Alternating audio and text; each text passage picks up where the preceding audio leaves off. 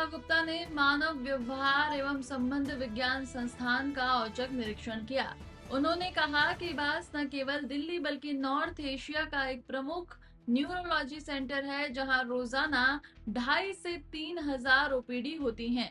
मुख्यमंत्री ने अफसोस जताया कि बड़ी संपत्ति होने के बावजूद पिछली सरकारों ने इस अस्पताल की देखभाल नहीं की।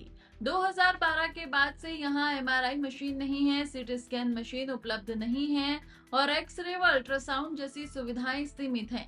उन्होंने कांग्रेस और आम आदमी पार्टी पर भी निशाना साधते हुए कहा कि नई इमारत बनाकर और इस वित्तीय वर्ष में सभी आवश्यक मशीनों की व्यवस्था की जाएगी ताकि अस्पताल की गुणवत्ता सुधारी जा सके। इबास, हम सब जानते हैं कि इबास जो है हमारे पूरे भारतवर्ष का बल्कि एशिया का एक बहुत बड़ा ऐसा सेंटर है जहां की न्यूरो प्रॉब्लम्स को कैटर किया जाता है। नॉर्थ एशिया का एक बड़ा सेंटर जहां रोजाना की लगभग 2,500-3 हजार ओपीडी होती है। आप सबने भी देखा कि यहाँ इतने लोग होते हैं, पर अफसोस इस बात का है कि इतनी बड़ी एसेट जो है, इतनी बड़ी एसेट का कभी पिछली सरकारों ने केयर टेकिंग ही नहीं की।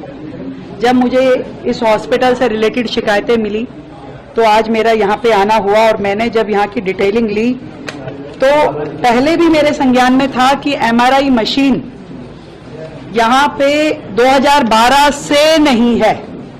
2012 के बाद से इस हॉस्पिटल में एमआरआई की मशीन ना होना, एक भी सीटी स्कैन मशीन ना होना, एक्सरे और अल्ट्रासाउंड की लिमिटेड अपॉर्चुनिटी होना हमारे लिए दुर्भाग्य की बात है।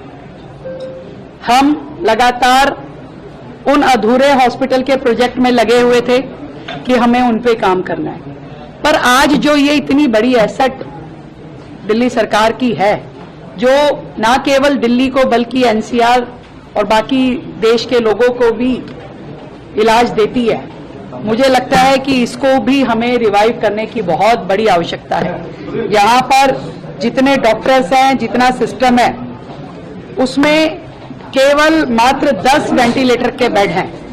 अभी हमने ये तय किया है कि ना केवल हम इबास को नया बिल्डिंग स्ट्रक्चर बना करके देंगे, परंतु सबसे पहले with in this financial year यहाँ की मशीनरी की जितनी रिक्वायरमेंट है, MRI, CT scan, ultrasound, x ray, ये सारी की सारी फैसिलिटीज इबास को हम इसी फाइनेंशियल ईयर में देंगे और उसमें आरीख में अपने इसके लिए हम बजट क्रिएट कर करके हम यहाँ पे इसको पूरा रिवाइव करेंगे।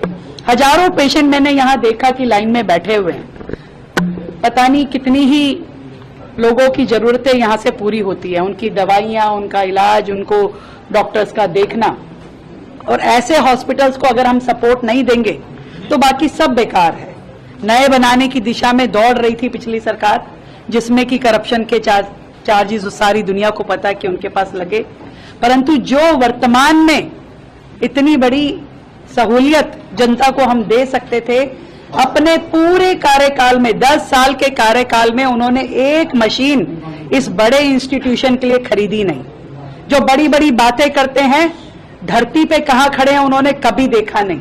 मैं इबास की पूरी टीम को, यहां से जुड़े सभी पेशेंट को ये कहना चाहती हूं, जल्द से जल्द यहां की मशीनरी को पूरा किया जाएगा और यहां के लिए नया ओपीडी सेक्शन बनाया जाएगा और उसके बाद पूरी बिल्डिंग को रिवाइव किया जाएगा।